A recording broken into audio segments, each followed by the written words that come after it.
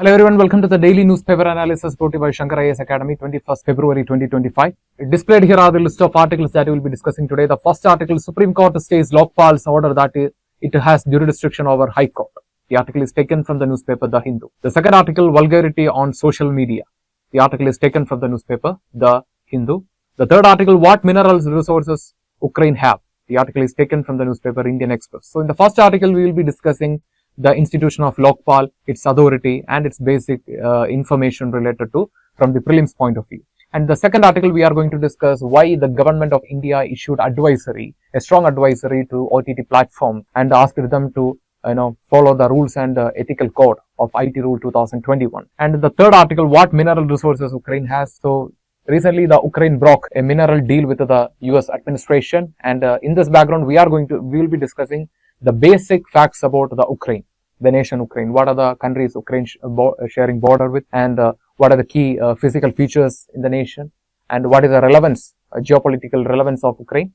So this type of basic details we'll be discussing in this topic. The fourth article, Article 101 Clause 4. The article is taken from the newspaper Indian Express. So in this article we'll be discussing what is Article 101 Clause 4 and what are the procedures associated with the disqualification of MPs in case if they are absent for 60 days in the parliament. So without much delay, let's begin our discussion with the first article. Information and Broadcasting Ministry warns OTTs against obscene content. The article is taken from the newspaper The Hindu. We know that OTTs, over the top platforms, these are the digital platforms which provide entertainment directly to the user through online or through internet. And now the government of India has issued an advisory to the OTT platforms asking them to strictly follow the code of IT Rule 2021. And in this background, we are going to see why government gave an advisory to these OTT platforms and what are the provisions of this advisory and how this is going to impact. So first we are going to see why an advisory from the government of India. The first reason is increased complaints from the public related to unfiltered and obscene content in the OTT platform. Because certain web series, certain movies released on OTT has immense violence and vulgar language. This can affect the point of view, the perspective, and the thought process of the people, especially the children. And according to the National Health Institute of United States of America, prolonged exposure to heavy violence can make the children, can affect their thought process and sometimes even encourage them to take risky decisions. And the next is the concerns from public and parliamentarians. Many MPs and statutory bodies has raised concerns about the unfiltered and obscene content on OTTs.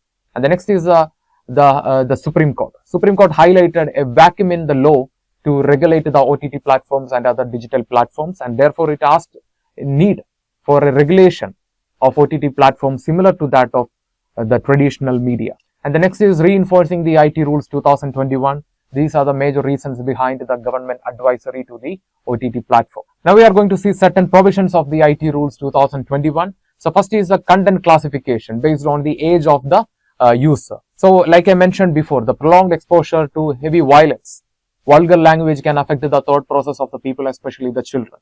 Therefore, classification of the content based on the age. For example, if you are going to a movie theater, you would be seeing something like a certification from the Central Film Certification Board, right? And you can see something like U or U bar A like that. Sometimes it will be showing only A. That means if it is U, that is the content is available to everyone. That means everyone can watch the content. And if it is U plus A plus 7, that means this content is is suitable only for the people above the age of 7. And if the content is A certified, then it is above only for the people at the age of 18. That means below 18, the people cannot watch the movie or the web series. And the next is accessing control to A certified content. That means introducing strict parental regulation which prohibits the access of A-rated content to children. And the next is prohibition of illegal and offensive content available on OTT. And the next is now the government is also revising a broadcasting service regulation bill to ensure stricter supervision of OTT platforms. And at the same time, the Internet Freedom Foundation, certain organizations like that, has raised concerns about the a possibility of increased censorship and the transparency related to the work. For example, sometimes we know that the censorship can affect the freedom of expression sometimes. So these are the concerns raised by the Internet Freedom Foundation. So these are the these are the type of NGOs working for online digital rights as well as creative freedom. And now we are going to see what are the provisions of the advisory of the Government of India. First is adherence to the IT Rules 2021 and Ethics Code. Like I mentioned, means classification of the content based on age. At the same time, regulating the A-rated content, regulating the access of A-rated content to children, or prohibiting the access of A-rated content to the children. And the next is no illegal content, making sure that no illegal content in the OTT platform as per the Indian law. And the next is strict age classification. Like I mentioned, that is the content is universally accessible, and U bar A 7+. That means the content is suitable for the people above the age of 7. If it is 13, then it is suitable for the people above the age of 13, and if it is 16, it is suitable for the people above the age of 16, and if it is A certified, then it is suitable only for the people above the age of 18. And the next is accessing regulating the A-rated content, or prohibiting the A-rated content to the children. And what are the regulations on the content? First is the no violation. That means no web series or movies or no scenes should portray or should not affect the morality and public decency. At the same time, there should be a strict regulation of content, showing violence, nudity, drug abuse, and hate speech, etc. So we have to control that. Hereafter, OTTs have to control all these, and they have to uphold the public morality and public decency before broadcasting a content through OTT platform. Now we are going to see what will be the implication of the government advisory. First will be the increased government oversight. It means greater scrutiny on the content from the government agencies like the Central Board of Film Certification. And the next is content modification and removal. That means stricter you have to go for stricter modification. For example, if a movie or a web series is showing the nudity or heavy violence, or vulgar language, or hate speech, or communal, certain content that can create a communal tension or affect the social harmony, then the producers of the content has to modify the content, or they have to remove the scenes or shots portraying such sensitive issues. And the next is creative freedom can be affected. Yes, like I mentioned, whenever there is a censorship, it brings a lot of limitations on storytelling, the directors or the producers. So restrictions can be imposed on storytelling, and this has raised concerns about the increased rate of censorship and the right to freedom of expression. And the next is legal and financial issues will happen because for example, if a content is not following the code of IT Rule 2021, then they have to modify the content, or else they will be facing legal action and penalties. So therefore, the producers has to pay the penalty, or they have to go for legal action. That also cost a lot. And at the same time, increased cost for the content modification. For example, taking a movie will cost crores, right? So after taking an entire movie, if due to the legal issue, if someone is prohibiting the film from getting released, then it will bring a lot of loss to the producers. And therefore, if you cannot modify a film or a web series beyond a particular limit, and increased modification can also cost a lot. At the same time, it can also affect the user's entertainment. For example, recently a Malayalam movie was released, and a lot of scenes from the movie was removed due to violence. And the producers of the movie told that they will be they will broadcast they will include the removed scenes in the OTT platform, but due to the the regulation from the government, they have to release the theater print. They couldn't release the removed scenes in the OTT too. So if that was only certain scenes, but if a movie is taken, a whole movie is taken, and after they have to go for a lot of modification, then that will cost a lot. At the same time, that can even affect the entertainment of the user as well. And the next is impact on the user experience. That is going for strict age verification. That means hereafter, to regulate the the violent content or A certified content, then people has to go through stricter verification, age verification process. And the next is editing and removal of the content can affect the user experience. So these are the impact of the government advisory. So in this topic, we saw why the government gave an advisory to OTT platforms, and what are the provisions of the advisory, and what will be the impact of such advisory from the government. So based on our discussion, try to answer this prelims practice question. The question is, according to the IT rules 2021, which of the following age-based classifications is prescribed for OTT content? 1. U, that is universal. 2. UA 7 plus. 3rd UA 13 plus. 4. UA 16 plus. And 5. A. Select the correct answer using the codes given below. Option A 1, 2, 3 and 5 only. Option B 1, 3, 4 and 5 only. And option C 1, 2, 3, 4 and 5. And option D 1, 2, 2, 3 and 4 only. The correct answer is option C 1, 2, 3, 4 and 5. So all this are prescribed under the IT rule 2021 for the age-based class. So it's time to move to the next article. Supreme Court stays Lokpal order giving itself jurisdiction over High Court judges. The article is taken from the Hindu. Recently, in a case, the Lokpal ruled High Court judges as public servants, and the Supreme Court found this is affecting the judicial independence and therefore stayed the Lokpal ruling. And in this background, we are going to see what is Lokpal and Lokayukta, and we are also going to see are the High Court judges public servants. So without much delay, let's get into the discussion. So what is meant by Lokpal and Lokayukta? So we know that we are living in a democratic nation, therefore social measures are taken every day to empower the society and for economic growth and all. But at the same time, it also increases the function of the administrators, particularly the bureaucrats and executives, right? And therefore it also increases the possibility of corruption. And the objective of this Lokpal and Lokayukta is to address the grievance of the citizens of India. So Lokpal and Lokayukta is not a creation of India. These type of institutions were there since the early days. For example, if you take the Scandinavian nations, they have a system called Ombudsman, and this system was introduced in Sweden in the year 1809. The objective of this Ombudsman system is to address the corruption in the administrative mechanism. And if you go to the French or the France, you can see they also have a central administrative court system. And the socialist nations or former Soviet republics, they have a system called procurator system. So the objectives of all this system is to address the corruption and malpractice in the administrative mechanism.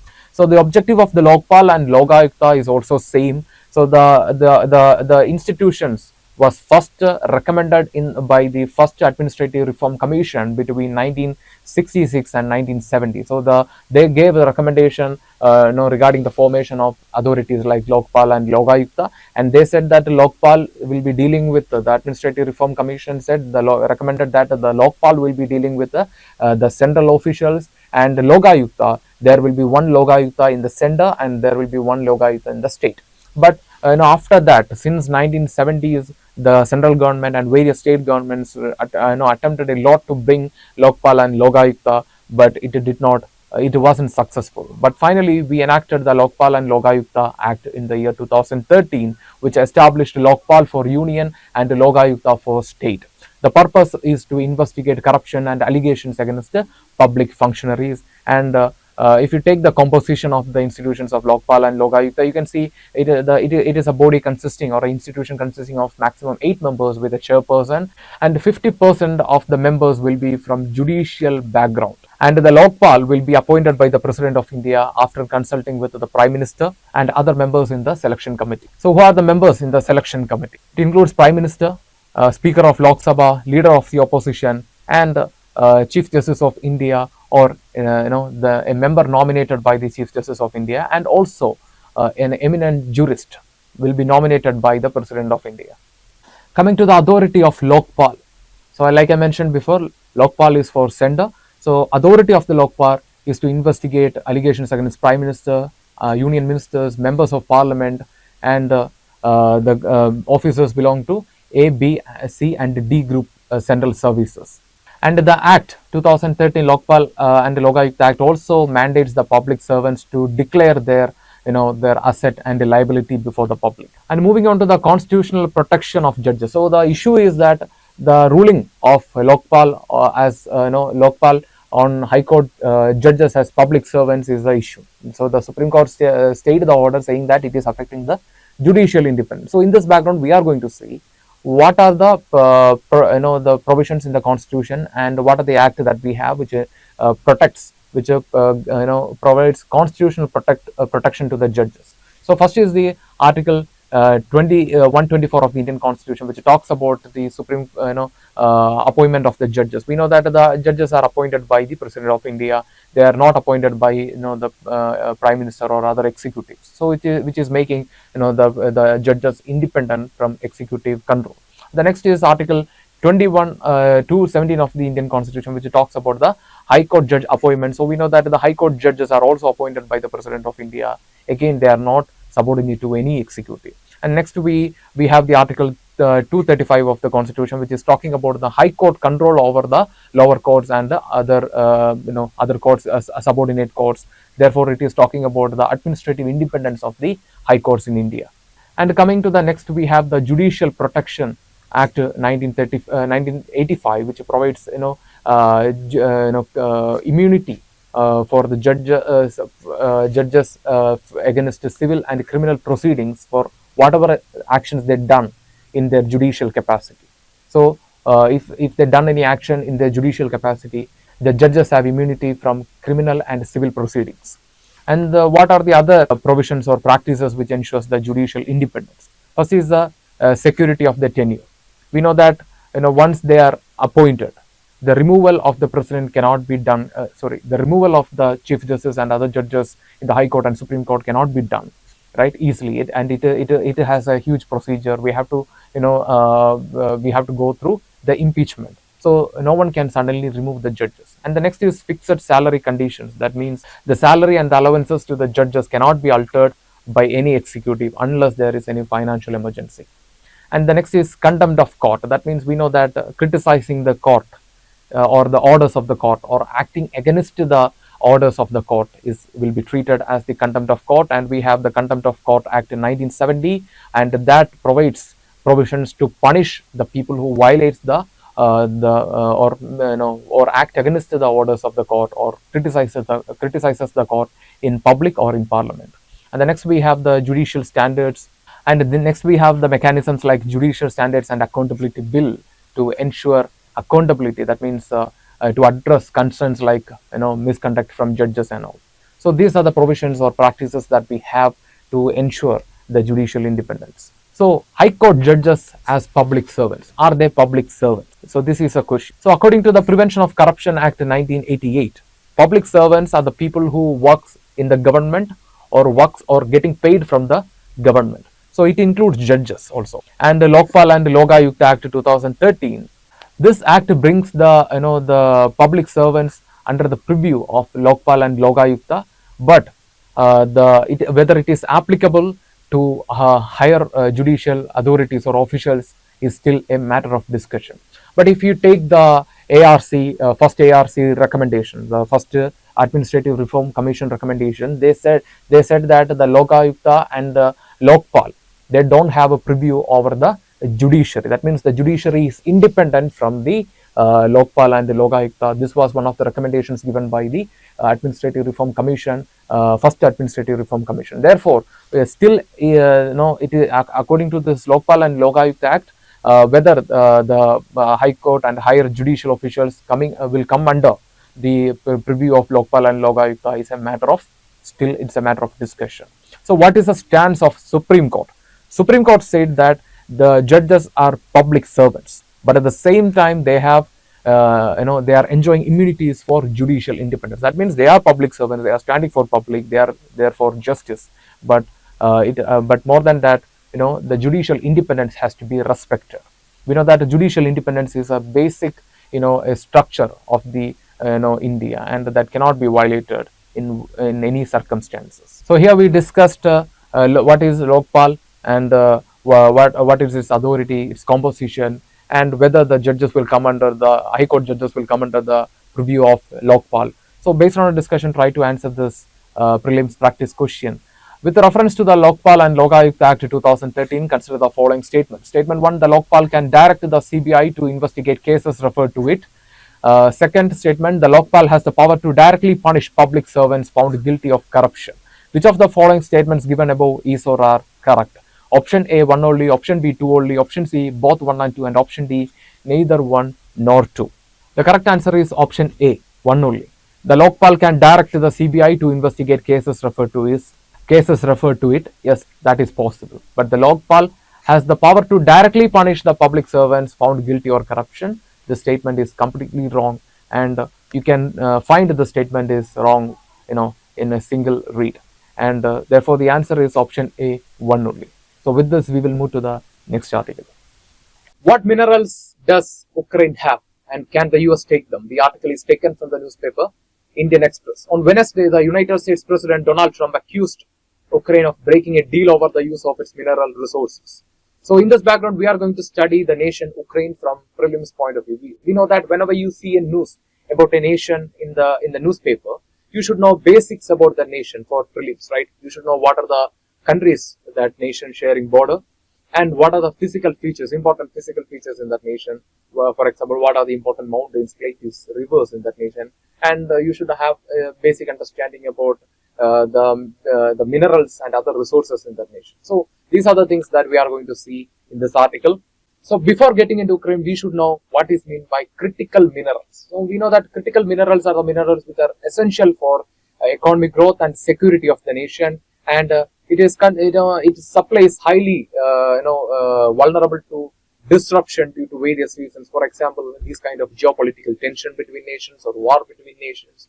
And what are the examples of critical minerals? We have lithium, cobalt, graphite, rare earth minerals, titanium, and uranium. These are the examples of critical minerals. We know that lithium, cobalt, they are used in electric vehicles, and we know that world is moving towards sustainable development. And graphite, it is thinner than thin, but at the same time it is very strong. So therefore, it has a wide purpose in the coming days. And the next is Ukraine's key mineral resources. These are the mineral resources present in Ukraine. For example, lithium, cobalt, titanium, graphite, uranium, and other rare earth minerals, and they are mostly used in electronics, defense, aerospace industry, and electric vehicles. And the estimated value of this, the critical mineral deposition in Ukraine is coming around $11.5 trillion. And coming to the geopolitical importance, so of Ukraine related to the mineral resource, out of 50, 22 US designated critical minerals are present or deposit in the Ukraine. And the next is, and recently we know that the Ukraine-Russia war, which started in February 2022, followed by that many important mines were captured by the Russian forces. The next is European Union Strategic Raw Material Agreement. This was signed by Ukraine, followed by the Russian invasion. So here you can see the list of critical minerals deposited in the nation of Ukraine. And coming to the geographical features of the Ukraine, you can see it is located in the Eastern Europe. It is located in the continent. It is particularly in the Eastern Europe, and it is sharing borders with nations like Belarus in the north, Russia in the east and northeast, Poland and Slovakia, and Hungary in the west, Romania, Moldova in the southwest, Black Sea, and the Sea of Azov. We know that the Russia is the biggest nation, and it was the biggest empire before becoming a republic, in the year 1970. But the biggest problem or the biggest disadvantage for this nation is that its climate. First of all, even though it is a large nation, the climate condition is not suitable for cultivation or large scale production. This is one of the major limitations faced by the Russia. And the next is access to the sea. They have access to Arctic Ocean, but Arctic Ocean is not that much suitable for trading. Therefore, not only the Russia, even the China, they also have the same problem, that is lack of or inaccessibility to the open sea. But nations like India, other nations have open access to sea, but these two superpowers don't have access to direct sea. So therefore, they have to always find a way to access to the sea to enhance their trade and relations. So that is why you can see in the year 2014, the Russia annexed the Crimean Peninsula. So coming to the physical features, Napier, it is the longest river in Ukraine, which divides the Ukraine into east and west. And the next important rivers are Dniester, Southern Bug, Desna rivers. These are the other important rivers present in the nation of Ukraine. And then we have the mountain ranges like Carpathian mountain ranges. It is located in the west and rich in minerals. And then we have the Crimean mountain ranges in Ukraine. And Crimea was recently in 2014, 11 years ago, Russia annexed the Crimean Peninsula. And the Ukraine Shield. This is a plateau which is known for deposition like iron, uranium, and other rare earth minerals. And then we have the Donbas region, which is known for coal reserve, but currently it is under the Russian influence. And coming to the climate features of Ukraine, we know that it is located in Europe, therefore temperate continental type of climate. So they won't be experiencing much heavy rainfall or heavy temperature or high temperature. So they will be experiencing temperate type of climate, and they have the fertile Chernosem soil, which is suitable for wheat cultivation. And they have access to Black Sea and the Sea of Azov, which is suitable for trade relation. And we can see in this map, the Russia captured the Crimean Peninsula. The objective is nothing but ensuring direct access to Sea of Black Sea and Sea of Azov. And we already discussed the mineral resources in Ukraine. They are the uranium, which is used for nuclear energy creation, and then we have the rare earth minerals, which is used for electronics and other energy sector, and the deposition of coal in the Donbas region, iron, magnesium. These are located in the Donbas region, but currently it is under the Russian influence. And then we saw that Ukraine has deposition of lithium graphite, which is used. Lithium is used in electric vehicles, and graphite is used in semiconductors and aerospace. And then talked about titanium and zirconium, and they are used in aerospace industry. And the estimated value of the mineral deposition in the Ukraine is coming around $11.5 trillion. And coming to the strategic importance of the nation, like I mentioned, Black Sea coastline. So that's why Russia annexed the Crimean Peninsula in the year 2014. And next is agriculture powerhouse, which is known for wheat and oil.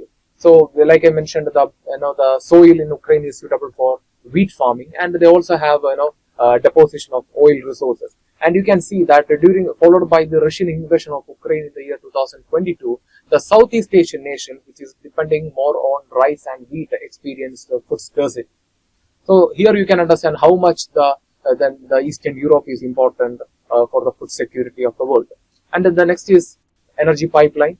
The natural gas pipeline is passing through the nation of Ukraine, which supplies energy to the other European regions. And coming to the geopolitical relevance, in 2014, Russia annexed Crimea and Donbas conflict. So this Donbas region is known for iron, coal, and magnesium, but currently it is under the control of Russia. And global grain and energy disruption. So like I mentioned, that followed by the Russian invasion, other regions of the world, especially the Southeast Asian nations, face the scarcity of wheat and rice. And the next is the EU and NATO aspirations. We know that the Ukraine's decision to join NATO was a triggering factor behind the Russian invasion of Ukraine in 2022. And the mineral partnership or agreements with the United States and the European Union. So these are the geopolitical relevance related to the nation of Ukraine. So in this topic, we are going to see a prelims practice question. The question is, which river divides Ukraine into eastern and western parts? The answer is option C, Dnieper. This is the longest river which divides the Ukraine into east and western parts. So with this, we will move to the next article. Article 101, Clause 4. The newspaper article is taken from the newspaper Indian Express. Amritpal Singh, an imprisoned MP from Khadur Sahib, it's a place in Punjab.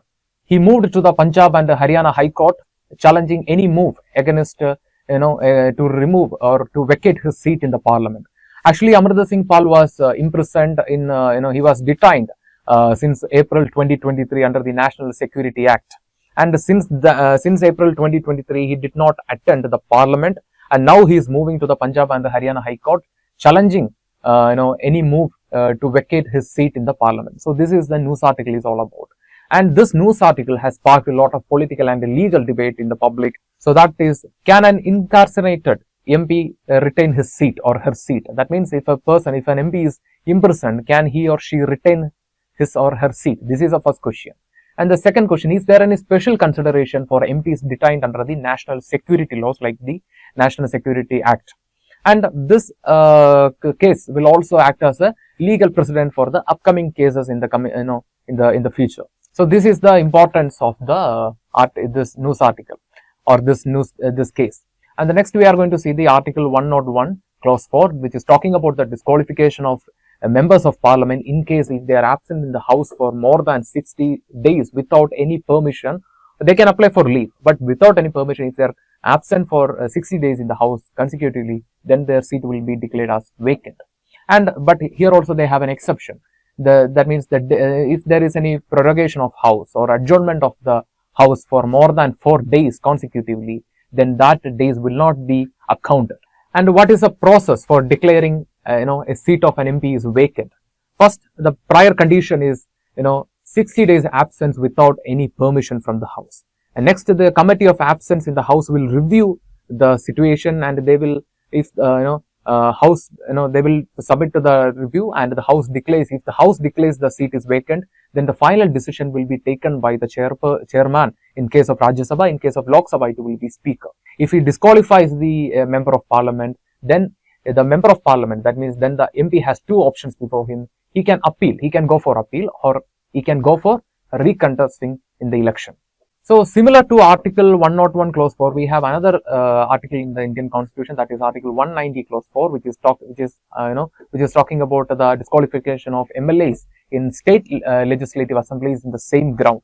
So let's check a difference. So provision, you can see Article 101 Clause 4, it applies to MPs of Lok Sabha and Rajya Sabha, and in the case of Article 190 Clause 4, it applies to the MLAs in the state assemblies. And the second is authority, who has the decision to give the final verdict or final decision. In the case of parliament, if it is Lok Sabha, it is with the speaker, and if it is in the case of Rajya Sabha, it is with the chairman.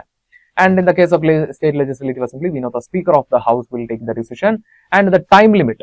So in the case of parliament, it is 60 days. So in the case of state legislature also, it is 60 days. That means if an MLA is absent for 60 days without any permission, then that seat can be declared as vacant. And exceptions, if the house is prorogued or adjourned for, if the parliament session has ended or prorogued, that days will not be counted. Or the adjournment of the house for more than 4 days consecutively, then that days will not be counted. And in the case of state legislature also, the condition is same. And what are the takeaways of Article 101 Clause 4? That is, it applies to both the Rajya Sabha and Lok Sabha, and absence of the member will be counted only if the house is in session. That means, like I mentioned, that there is an exception. If there is prorogation or adjournment, that days will not be counted. And the final decision lies with the speaker in the case of Lok Sabha, and in the case of Rajya Sabha, it is with the chairman. And the leave application can file. That means if a member has any difficulty to attend the parliament, then he can apply for leave, but it is not mandatory to grant the leave. And Article 190 Clause 4, it provides similar provisions to the state legislative assembly, and which deals with the disqualification of MLAs in the same ground. And what are the important cases related to the Article 101 Clause 4? First, we have the Baijant Jaipant case 2018. He was, this person was an MP from BJD, and he later, he had issues with the leadership with the leadership of the party, and finally he resigned. And then we have the Ghanshyam Tiwari 2023 case, and here he was a BJP MP, and this person applied for leave. He applied for the leave and took the became absent from the house. So it provides how an MLA can go through the proceedings to get a leave or being absent. So in this case, you cannot take any action against the MP. And next we have the Shahabuddin 2007 case, and he had this MP had a lot of criminal background. Therefore, he was imprisoned in the prison, and later he was disqualified under the provisions of Representation of People Act 1951. And the second part of this article, we are going to see the Punjab and the Haryana High Court, the basics details about it. And the Punjab and Haryana High Court, actually it was established in 1919 as the Lahore High Court, and later it was after the independence it was reconstituted in the year 1947. And now it is currently located in Chandigarh, the capital of Punjab and Haryana, and it has provisions over, it has jurisdictions over Punjab, Haryana and Chandigarh. It is a union territory, we know that. And coming to the historical background of this, the Punjab Haryana High Court, it is originally known as Lahore High Court. We talked about that, and Finally, in 1947, after independence, it was reconstituted and shifted to Shimla. And in 1955, it moved to Chandigarh. And in 1966, we know that Haryana was carved out of Punjab. And after that, it served as a High Court for both Punjab and Haryana. And coming to the composition and structure of the Punjab Haryana High Court, it constitutes Chief Justice and judges, and the sanctioned limit is 85. And the appointment of the judges done by the President of India under Article 217 of the Constitution. And the principal bench of this High Court is located in Punjab, and there is no circuit benches for this High Court. And coming to the jurisdiction and powers of the Punjab Haryana High Court, we know that High Court functions like it protects the fundamental rights under Article 226 through its power. And next coming to the jurisdiction and powers of the Punjab and Haryana High Court. First is original jurisdiction. So under Article 226, it deals with the cases involving or violating the fundamental rights of the people. And next years, it has appellate function. It hears appeals from session and the district courts, and the supervisory function. That means it supervises the subordinate court. And then public interest litigation cases. It hears public interest litigation cases related to environment, governance, and rights of the people. And these are some of the important cases handled by the Punjab and the Haryana High Court. First one is the Satluj-Yamuna link canal dispute. It is a water sharing dispute between the state of Punjab and Haryana. This case was handled by the Punjab Haryana High Court. And next, 2016 Jat reservation protest. This case was handled by Punjab and Haryana High Court, and directed the Haryana High Court. And in this case, the High Court directed the Haryana government to take strong measures to handle the protest. And finally, the significant case heard by the Punjab Haryana High Court was a farmers' law protest in the year 2020-21, and the High Court heard cases related to the protest management and road blockade. So these are the important cases handled by the Punjab Haryana High Court. So let's see a prelims practice question based on our discussion. Which of the Indian Constitution, which article of the Indian Constitution empowers High Court to issue writs? Article 131, Article 226, Article 339, and Article 312. The correct answer is option B, Article 226.